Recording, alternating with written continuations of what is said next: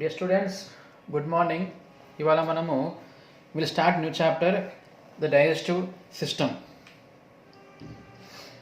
So ఈ సిస్టంలో మనకు కనిపించేటువంటి మెయిన్ సిమ్టమ్స్ మెయిన్ ప్రాసెస్లు ఏముంటే మనకు అంటే ఒకటేమో 2 types ఆఫ్ డైజెషన్స్ ఉంటాయి. ఒకటి ఏమంటాం మనం మెకానికల్ డైజెషన్ అంటాం, మెకానికల్ డైజెషన్. ఇంకొకటి కెమికల్ డైజెషన్. అంటే ఏమిటి చూద్దాం. ఇది కెమికల్లీ అంటే రసాయనపరంగా మనం చేసేటువంటి కొన్ని డైజెషన్స్. ఉదాహరణకి ఫర్ ఎగ్జాంపుల్ ప్రోటీన్స్ ఉన్నవి. ఒకవేళ మనం తీసుకున్న protein in case it is in the form of peptones, మనం తిన్న ప్రోటీన్ ఎలా ఉందంటే పెప్టోన్ రూపంలో ఉంది లేదా పెప్టైడ్ రూపంలో ఉంది. దాన్ని ఏం చేయాలి, మనము చివరికి అమైనో యాసిడ్గా మార్చుకోవాలి. అమైనో యాసిడ్గా మారిన తర్వాతనే అదేమవుతుంది, మనకి బ్లడ్లోకి చేరుతుంది. సో అలా రసాయనపరంగా ఒక రూపంలో ఉన్నటువంటి ఆహారాన్ని మనము ఇంకో రూపంలో మార్చేసుకుంటాం. దాన్ని ఏమంటాం మనం కెమికల్ డైజెషన్. ఉదాహరణకి కొలెస్ట్రాల్ ఉంది. కొలెస్ట్రాల్ అనేటువంటి ఆహారం ఏం చేస్తాం మనము, we turn it into fatty acids. అదేవిధంగా కార్బోహైడ్రేట్స్ ఉన్నాయి, పిండి పదార్థాలు. అది ఏ రూపంలో ఉన్న లాస్ట్ మనం దాన్ని ఏం చేయాలి, మనము గ్లూకోజ్గా మార్చుకోవాలి. సో ప్రతి ఒక్క ఆహారం కూడా పిండి పదార్థాలు అయితే గ్లూకోజ్గా మార్చుకోవాలి, ప్రోటీన్స్ అయితే అమినో ఆమ్లంగా మార్చుకోవాలి, కొవ్వు పదార్థాలు అయితే ఫ్యాటీ ఆమ్లంగా మార్చుకోవాలి. ఇలా మార్చుకోవడం ఏమంటే మనము కెమికల్ డైజెషన్ అంటాం. రెండవది mechanical digestion.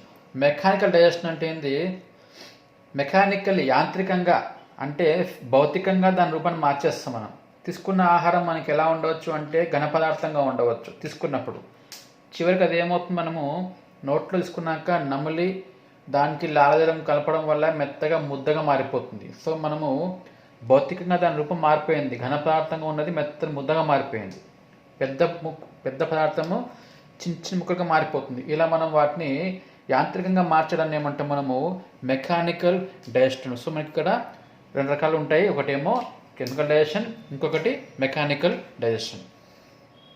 So process of డైజెషన్లో మనకు ఏమేమి ఉంటాయి. ఫస్ట్ వన్ ఏంది, ఇంటేక్ అంటాం. అంటే ఏంది, ఆహారాన్ని తీసుకోవడం, intake of food, we have to take the food. రెండవది ఏంది, పెరిస్టాల్సిస్ అంటాం. పెరిస్టాల్సిస్ అంటే ఏంది, movements in the digestive system, జీర్ణ వ్యవస్థలో ఉన్నటువంటి కదలికలను ఏమంటాం మనము పెరిస్టాల్సిస్ అంటాం. మన ఫుడ్ ఏం కావాలి, జీర్ణం కావాలి. దాంతోపాటు జీర్ణమైన ఆహారం ఇంకా పూర్తిగా జీర్ణం కాకపోతే ముందుకి పోవాలి. మొత్తానికి ఫుడ్ కదలాలి అంటే మనకి ఏం కావాలి, మనకు వి నీడ్ సమ్ మూమెంట్స్. ఆ మూమెంట్స్ని ఏమంటాం మనము జీర్ణ వ్యవస్థలో we call it as peristalsis అంటాం. సో పెరిస్టాల్సిస్ అనేది మనకు ఇక్కడ 2 రకాలుగా ఉంటుంది. ఒకటి ఏమంటాం మనము స్టేషనరీ అంటాం, రెండవ దాన్ని ఏమంటాం మనము ట్రాన్సిషనరీ అంటాం. We have 2 types of movements. One is the stationary, second is the transitionary. So what is the meaning of stationary చూద్దాం. స్టేషనరీ అంటే ఒకే ప్లేస్లోకి లిమిట్ అయి ఉండుట, ఒక ప్రాంతానికి మాత్రమే పరిమితం అయిపోయి ఉండుట. ఉదాహరణకి స్టమక్లో మన ఆహారము తీసుకున్న ఆహారము, దాంతోపాటు ఏముంది, వి హ్యావ్ జ్యూస్. ఏ జ్యూస్ ఇది, గ్యాస్ట్రిక్ జ్యూస్ అంటాం, జీర్ణరసం. సో ఆహారము ఈ రసము బాగా మిక్స్ కావాలి. మిక్స్ కావడానికి జీర్ణాశయంలో మూమెంట్స్ ఉంటాయి, కదలికలు ఉంటాయి. ఆ మూమెంట్స్ వల్ల ఏమవుతుంది, ఆహారము రసము బాగా మిక్స్ అయిపోతాయి. సో ఈ మూమెంట్స్ ఏమైనాయి అక్కడికి మాత్రమే పరిమితమై ఉంటాయి, ముందుకు వెళ్ళవు వెనక్కి వెళ్ళవు. They are limited to only one place.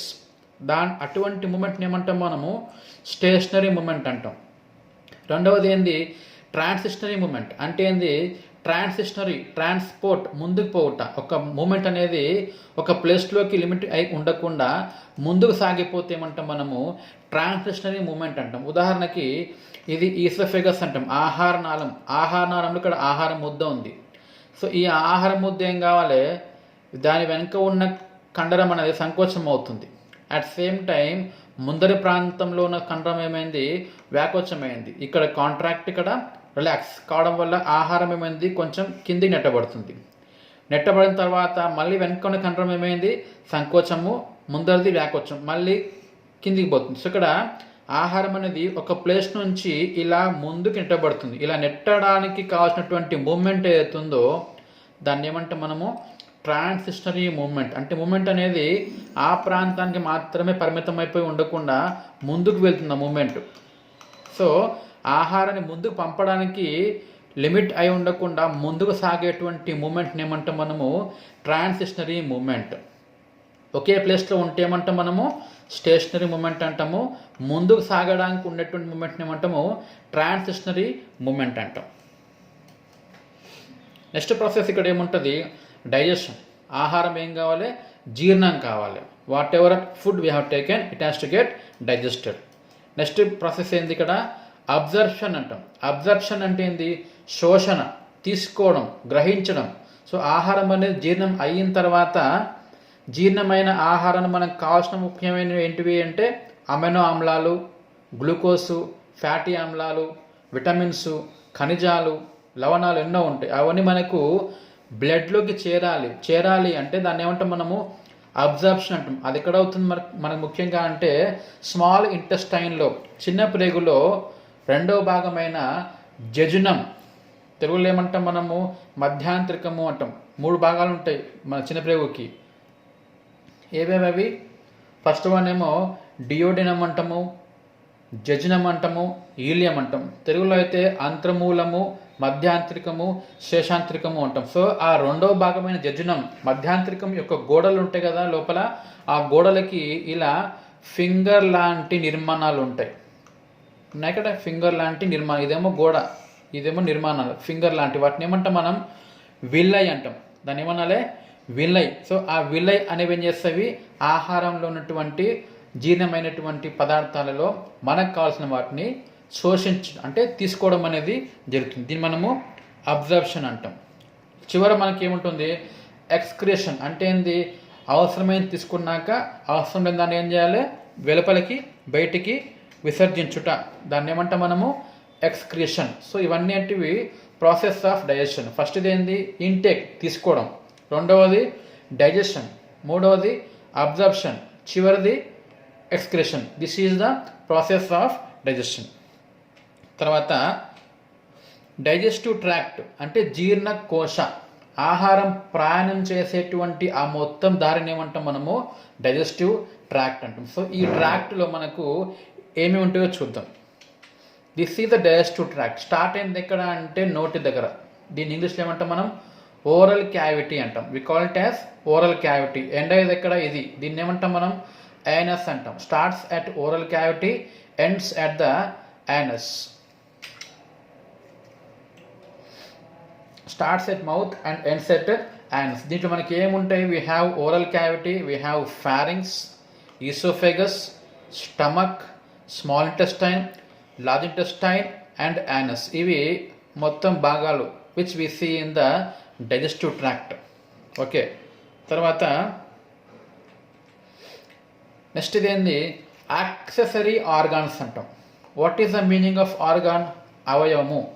Accessory అంటే ఏంది, యాక్సెసరీ అంటే మెయిన్గా పనిచేసి కాకుండా పక్క సపోర్ట్గా ఉండేవి. ఉదాహరణకి ఇప్పుడు suppose we have taken new mobile, ఒక ఫోన్ కొన్నాం, కొత్త మొబైల్ ఫోన్. ఆ బాక్స్లో మనకి ఏముంటుంది ముఖ్యంగా అంటే మొబైల్ ఫోన్ ఉంటుంది.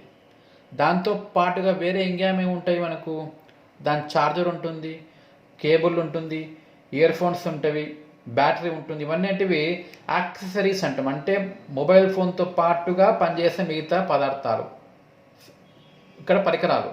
అదేవిధంగా జీర్ణ ప్రక్రియలో మనం ఇందాక చూసినవన్నీ ఏంటివి అంటే main organs of digest system. ఇవి కాకుండా పక్కలకెళ్ళి పరోక్షంగా, ప్రత్యక్షంగా కాకుండా పరోక్షంగా మనకు హెల్ప్ చేసేటువంటి ఆర్గాన్స్ కొన్ని ఉంటాయి. వాటిని ఏమంటాం మనం యాక్సెసరీ ఆర్గాన్స్ అంటాం. అవి ఏవేవి చూద్దాం. ఏవేవి, mouth, tongue, teeth, salivary glands, liver and pancreas. ఒకటేమో నోరు, అది మనకి జీర్ణం చేయదు కానీ పనికొస్తుంది.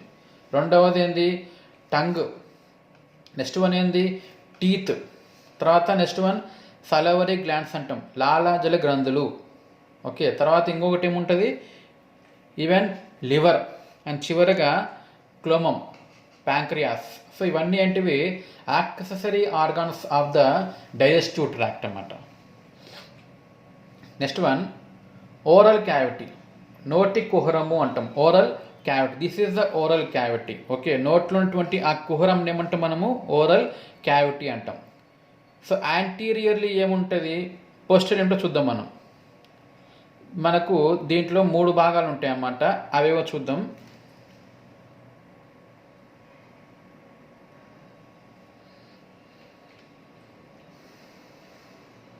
సో యాంటీరియర్ మనకి కనిపించేది ఏమిటి అంటే లిప్స్ ఉంటాయి. We have lips anteriorly. తర్వాత పోస్టీరియర్లీ వెనకాల ఏముంటుంది మనకు, దీన్ని ఏమంటాం మనము, వెనక ఉండేది ఫారింగ్స్ ఉంటుంది. తర్వాత లాటరల్లీ సైడ్స్కి ఏముంటాయి, వీ హ్యావ్ మజిల్స్ ఆఫ్ చీక్, చెంపల యొక్క కండరాలు ఉంటాయి.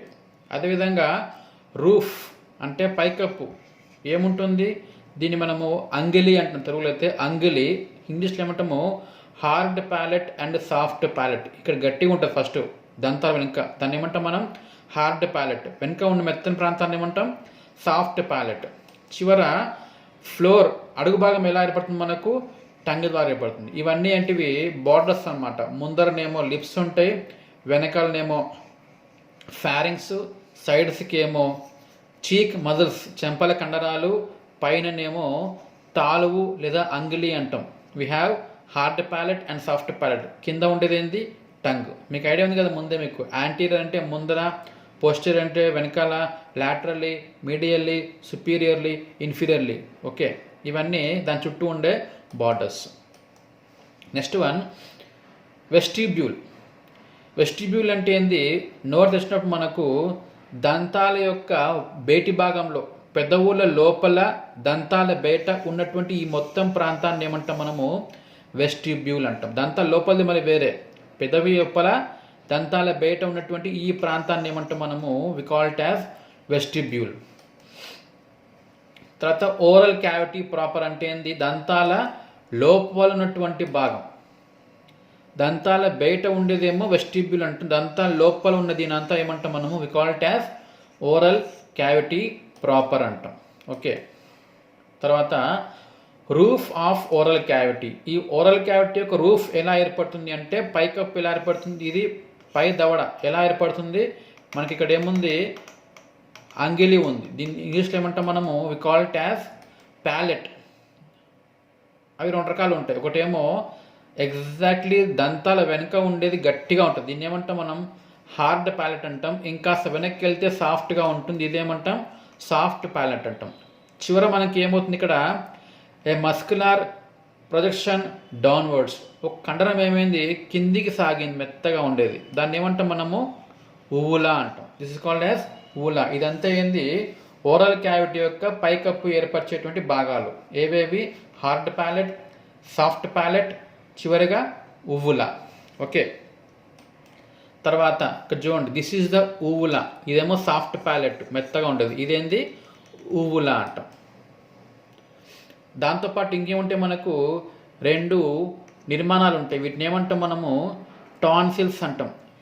ప్యాలెట్కి కింద ఉంది కాబట్టి ఏమంటాం మనం పెలటిన్ టాన్సిల్స్ అంటాం. Okay, these are the palatine tonsils because they are below the palate. Palate కింద ఉంది కాబట్టి ఏమంటాం మనం పెలటిన్ టాన్సిల్స్ అంటాం. తర్వాత will see about the tongue, నాలుక. దిస్ ఇస్ ద టంగ్, చాలా మందంగా ఉంది చూడండి. This is very very thick, మందంగా ఉన్న నిర్మాణం. Roof attached to the hyoid bone. దీని రూఫ్ ఏమైంది attached to hyoid bone. This is the hyoid bone, హయార్డ్ బోన్కి attach అయి ఉంటుంది. అదేవిధంగా ఫ్లోర్ ఎక్కడ ఉంది, ఇక్కడ ఉంది, సన్నని తీగలాగా ఉంది. ఇక్కడ మీకు ఐడియా చూసుకోండి ఒకసారి, మీ టంగ్ లోపల కింద సన్నని తీగలా ఉంటుంది కింద, దాన్ని ఏమంటాం మనము ఫ్రెండులం అంటాం. రూఫ్ ఈజ్ అటాచ్డ్ టు ఫ్రెండులం, పైకప్ ఏమో అటాచ్డ్ టు హయార్డ్ బోన్. తర్వాత దీంట్లో కొన్ని కణాలు ఉంటాయి, వాటిని ఏమంటాం మనము గోబ్లెట్ కణాలు అంటాం. Tongue has some cells called as goblet cells. అవి ఏం చేస్తాయి, దే సెక్రీట్ మ్యూకస్ శ్లేష్మాన్ని స్రవించడం చేస్తాయి అన్నమాట. టంగులో మనకి we have 2 types of muscles, 2 రకాల మజిల్స్ ఉంటాయి. ఒకటేమో ఎక్స్టెన్సిక్ మజిల్స్ అంటాం, ఇంకొకటి ఇంట్రన్సిక్ మజిల్స్ అంటాం. We have 2 types of muscles in tongue. ఒకటేమో ఎక్స్టెన్సిక్, ఇంకొకటి ఇంట్రన్సిక్. సో ఈ మజిల్స్ ఏం చేస్తాయి, మనకి ఏం పనికి వస్తాయి అంటే they are useful for the movement of tongue. మనం ఆహారం నమలేటప్పుడు లేదా మాట్లాడేటప్పుడు వి మూవ్ టంగ్ కదిలిస్తాం. అలా కదలడానికి కావాల్సినటువంటి మూమెంట్స్ ఇచ్చేది ఎవరు అంటే టంగులో ఉన్నటువంటి ఎక్స్టెన్సిక్ అండ్ ఇంట్రన్సిక్ మజిల్స్. ఇంకేది పనికి వస్తుంది, అది మూమెంట్ ఆఫ్ ఫుడ్, ఆహారము మూవ్ చేసుకోవడానికి. ఇంకొకటి స్వాలోయింగ్, ఆహారం మింగడానికి. ఆహారం నోట్లో ఉంది, అది మింగాలంటే టంగ్ ఏం కావాలి, వెనక్కి జరగాలి, ఆహారం కిందికి పోవాలి. దీనికి మనం స్వాలోయింగ్ అంటాం. దానికి కూడా we need muscles, extrinsic and intrinsic muscles. లాస్ట్ది ఏంటి, even for the sake of speech, మాట్లాడాలంటే కూడా మనకు we need muscles of the tongue. Okay, ఇది టంగ్. నెక్స్ట్ వన్ ఏంది, ప్యాపిల్లే ఆఫ్ టంగ్ అంటాం. టంగ్ యొక్క పై ప్రాంతంలో మీరు బాగా దగ్గరగా చూడండి, అది సాఫ్ట్గా నున్నగా ఉండదు, దానిపైన ఏదో బొడిపెల్లాగా గరుగ్గా ఉంటుంది. అదేదో చూద్దాం. This is the tongue structure. Tongue పైన మనం గమనిస్తే అక్కడక్కడ బొడిపెల్లాగా ఉంటాయి. ఓకే, చిన్నగా ఉండే ఉంటాయి, పెద్దగా ఉండే ఉంటాయి. సో అవి ఏవో చూద్దాం.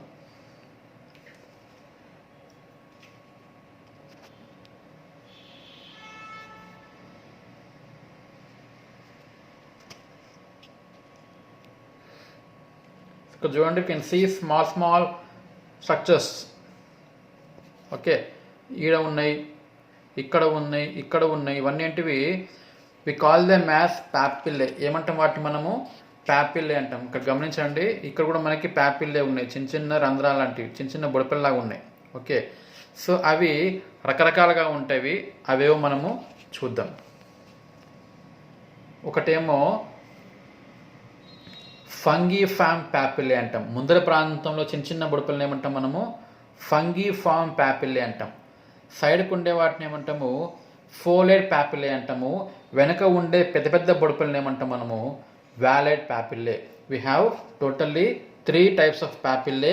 ఒకటి ఫంగిఫామ్, రెండవది ఫోలేట్, మూడవది vallate. We have totally 3 types of papillae in the tongue, fungiform, folate and valate.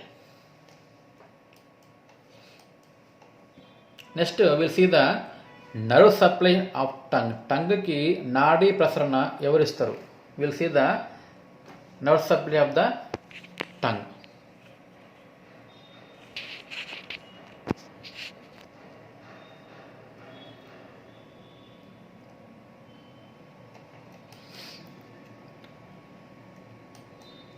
టంగుకు మనం ముఖ్యంగా ఫస్ట్ వన్ ఏంది, హైపోగ్లాసల్ నర్వ్ అంటాం. ఇది సప్లై చేస్తుంది. హైపోగ్లాసల్ నర్వ్ ఇదొక రకమైనటువంటి కపాల నాడి. ఇంగ్లీష్లో మనము క్రేనియల్ నర్వ్ అంటాం. మనకు బ్రెయిన్లో వీ హ్యావ్ 12 క్రేనియల్ నర్వ్స్, 12 కపాల నాడులు ఉంటాయి. 12 కపాల నాడుల్లో 11వ నాడి ఏది అంటే హైపోగ్లాసల్ నర్వ్. నెక్స్ట్ వన్ ఏంది, ఫేషియల్ నర్వ్. ఇది 7వ కపాల నాడి. Next one glossopharyngeal nerve. Okay, ఇదేమో 9th వన్ అనమాట. మొత్తము 3 రకాలటువంటి కపాల నాడులు ఉంటాయి, మనకు పనిచేస్తాయి అన్నమాట. ఏవేవి, హైపోగ్లాసల్ నర్వ్ ఒకటి, ఫేషియల్ నర్వ్, గ్లాసోఫారెంజియల్ నర్వ్. ఇవన్నీ 3 నర్వ్ సప్లై ఇస్తాయి టంగుకు. Next functions of tongue. Tongue యొక్క ముఖ్యమైన విధులు ఏమి చూద్దాం మనం. ఫస్ట్ వన్ ఏంది, tongue is important for the movement of food during mastication. ఆహారం యొక్క మాస్టికేషన్ అంటే ఏంది, నమలుట.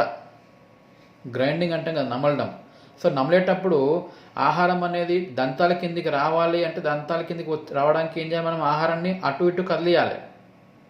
అలా కదిలించేది ఎవరు అంటే టంగ్ ఏం చేస్తుంది, ఆహారాన్ని దంతాల కింద నెడుతుంది అనమాట.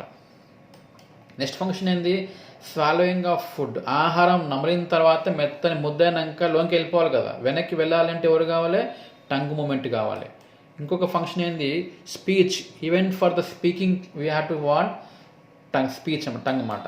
నెక్స్ట్ వన్ ఏంది, టేస్ట్ ఆఫ్ ఫుడ్, ఆహారం యొక్క టేస్ట్ గురించి మెయిన్ ఇంపార్టెంట్ ఫంక్షన్ ఏంది, టేస్ట్ ఆఫ్ ది ఫుడ్. ఆహారం రుచి తీసుకోవడం మనకి ఏం కావాలి, టంగ్ కావాలి. సో మనకు చూడండి, టంగులో ముఖ్యంగా మనకి తెలుగులో మనం ఏమంటామంటే షడ్రుచులు అంటాం. తీపి, కారం, పులుపు, చేదు, వగురు, అవి కాకుండా ఉప్పు, అది కాకుండా మనకి యాక్చువల్లీ చెప్పాలంటే మనకు టేస్ట్లు 4 ఉంటాయి.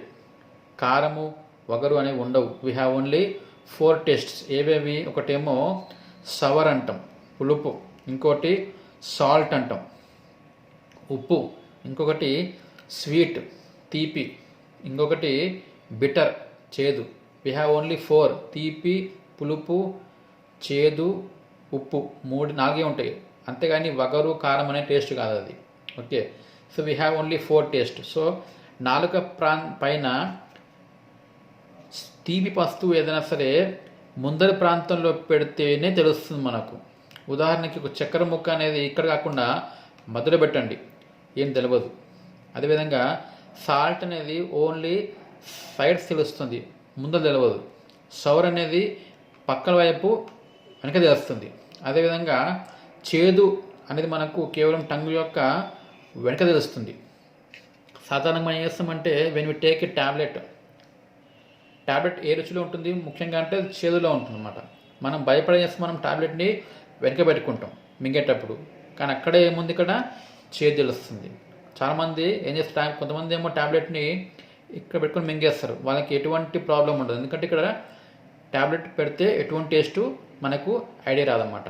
సో సర్టెన్ ప్లేసెస్ టంగులో కొన్ని ప్రాంతాల్లో మాత్రమే కొన్ని రుచులు అనేది మనకు తెలుస్తుంది అనమాట. ఇవి స్వీట్ ఒకటి, సాల్ట్, సవర్ అండ్ బిటర్, మొత్తం 4. తీపి, ఉప్పు, పులుపు మరియు చేదు. ఓకే, ఇవి 4 tastes for the tongue. Now we will see next topic, teeth, దంతాలు. The teeth are the accessory organs అన్నాం. యాక్సెసరీ ఆర్గాన్ అంటే ఏంది, నేరుగా కాకుండా పరోక్షంగా పనిచేసేవి ఏరుంటాయి. They are the accessory organs of digestive system. These are present in the sockets of alveolar ridges present in the upper jaw. So upper jaw, పై దవడ మరియు కింది దవడకి కొన్ని రంధ్రాలు ఉంటాయి. ఈ రంధ్రంలాగా కాబట్టి ప్లేస్ కుంతలాగా ఉందా, ఈ రంధ్రాలను ఏమంటాం మనము, సాకెట్స్ అంటాం. We call them as sockets. అంటే ఎట్లయితే ప్లగ్ పెట్టడానికి ఉంటాయి సాకెట్స్, ప్లగ్ యొక్క 3 పుల్లలు పెట్టడానికి సాకెట్స్ ఉంటాయి కదా, అట్లా దంతాలు పెట్టడానికి కూడా జాలో, అప్పర్ జా, లోవర్ జా, దవడలో మనకు కొన్ని గుంతలు ఉంటాయి. వాటిని ఏమంటాం మనము, సాకెట్స్ అంటాం. ఆ సాకెట్స్లోకి ఇమిడి ఉండేటువంటివి అంటే టీత్. పై దవడని ఏమంటాము, మ్యాగ్జిల్లా అంటాము. కింద దవడని ఏమంటాం, మ్యాండిబుల్ అంటాం. ఓకే,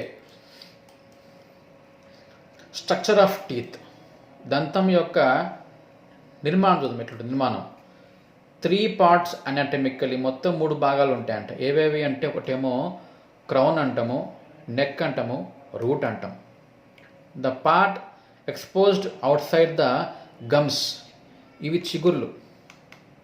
ఓకే, చిగుర్లకి వెలుపల ఏదైతే మనకు ఎక్స్పోజ్ అయి ఉందో దీనంతా ఏమంటాం మనము, క్రౌన్ అంటాం. అదేవిధంగా the part inserted into the bony sockets, ఇది బోన్ సాకెట్లోకి ఏదైతే ఇమిడి ఉందో ఈ ప్రాంతాన్ని ఏమంటాం మనము, రూట్ అంటాం. The part joining the crown and root is called as neck. Crown, root join అయ్యే ప్రాంతాన్ని ఏమంటాం మనము, నెక్ అంటాం. అట్లా మొత్తం మనకు 3 భాగాలు. గమ్స్ బయట ఉండేదాన్నేమో క్రౌన్ అంటాము, బోన్ లోపల ఉండేదాన్నేమో రూట్ అంటాము, క్రౌను, రూటు జాయిన్ అయ్యే ప్రాంతాన్ని ఏమంటాము, నెక్ అంటాం. So these are the 3 parts anatomically, crown, neck and root.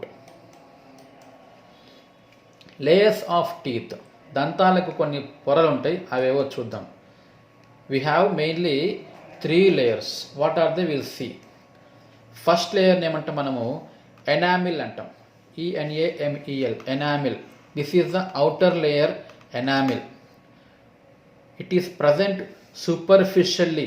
మీకు ఫస్ట్లో అయిపోయిన మీకు అనాటమీ ఫస్ట్లో అయిపోయేటప్పుడు ఏమని ప్రాక్సిమల్, డిస్టల్, సూపర్ఫిషియల్, డీప్ అన్నాం. సూపర్ఫిషియల్ అంటే పైన ఉండేది, డీప్ లోపల ఉండేది. దంతాలకి పైన ఉండే పొరను ఏమంటాం మనము? ఎనామిల్ అంటాం. This is the enamel, first layer of the teeth. రెండవది ఏంది? Dentine. This is the dentine. This is the hardest bony part present in the middle. Bone టీత్లో ఉన్న మధ్యలో ఉండేది. ఇది ఎలా ఉంటుందంటే చాలా గట్టిగా ఉంటుంది. దంతాల్లో ఎక్కువ గట్టిదనం కారణం ఎవరు అంటే డెంటిన్ అనే భాగం, ఈ పొర ఏదది డెంటిన్ పొర. It is the hardest bony part of the teeth. మూడవది ఏంది? పల్ప్ అంటాం. దిస్ ఈస్ ద పల్ప్, మూడవ పొర. Innermost layer containing tissues, blood vessels, lymph vessels and nerves. So దీంట్లో మనకి కణజాలాలు, రక్తనాళాలు, నాడులు, లింఫ్ నాడులు అవన్నీ ఉంటాయి అన్నమాట. దాన్ని ఏమంటాం మనము? పల్ప్. ఇది మెత్తగా ఉంటుంది. పైదేమో సన్నని పొర ఎనామిల్, మధ్యలోది గట్టి పొర డెంటిన్, మెత్తని పొర లోపలిది పల్ప్. అట్లా మనకు we have 3 layers: enamel layer, dentine layer and pulp layer. Next one will see types of teeth. దంతాలకు కొన్ని రకాలు ఉంటాయి, అవేవో చూద్దాం. ఓకే, ఫస్ట్ వన్ ఏంది? డెసిడియస్ టీత్ లేదా మిల్క్ టీత్ అంటాం. క్షీరదంతాలు అంటాం. అంటే ఏంది? పుట్టిన తర్వాత మనకు మొట్టమొదట వచ్చే దంతాలు అన్నమాట. వాటిని ఏమంటాం మనము?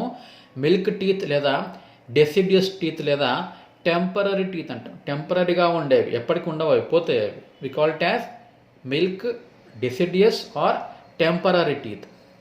These are the first evolving teeth. మొదట మనకు వచ్చేటువంటి దంతాలు అన్నమాట. వాటిలో ముందర ఉండే వాటిని ఏమంటాం మనము? ఇన్సిజర్స్ అంటాం.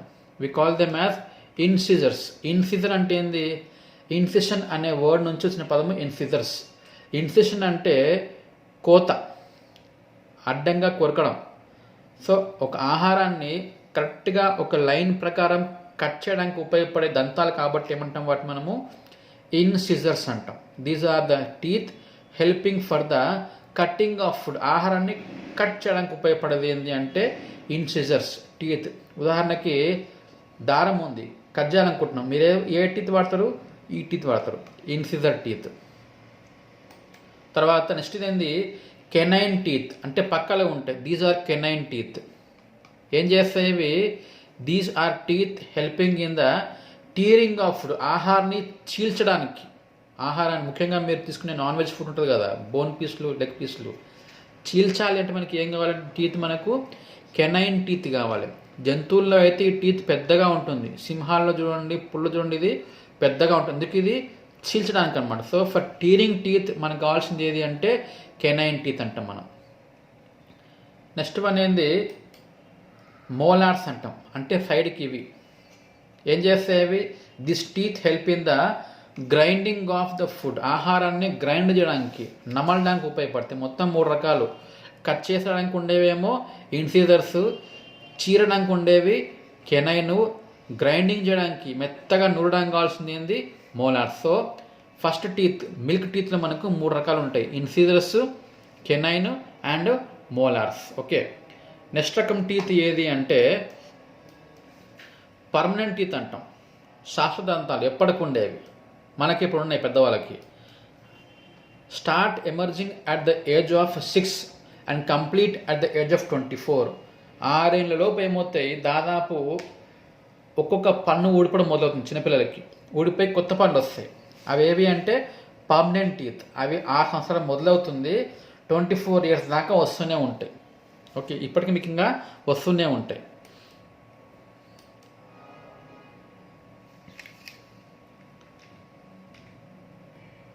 సో దాంట్లో మనకి ఏవి ఉంటాయి అంటే వీ కెన్ సీ ఇన్సిజర్స్ ఉంటాయి, తర్వాత కెనైన్ ఉంటాయి. వీటిని ఏమంటాం మనము? ప్రీ మోలార్ అంటాం. Premolar teeth. ఇవేవి మోలార్ టీత్. ఓకే, ఈ మొత్తం మనకు ఇన్ని రకాలు ఉంటాయి: incisors, canine, premolar and molar teeth. తర్వాత నెక్స్ట్ టాపిక్ మనం చూసేది ఏది అంటే ఏది? This is the next topic. ఏంది? లాలా జలము, సలైవా.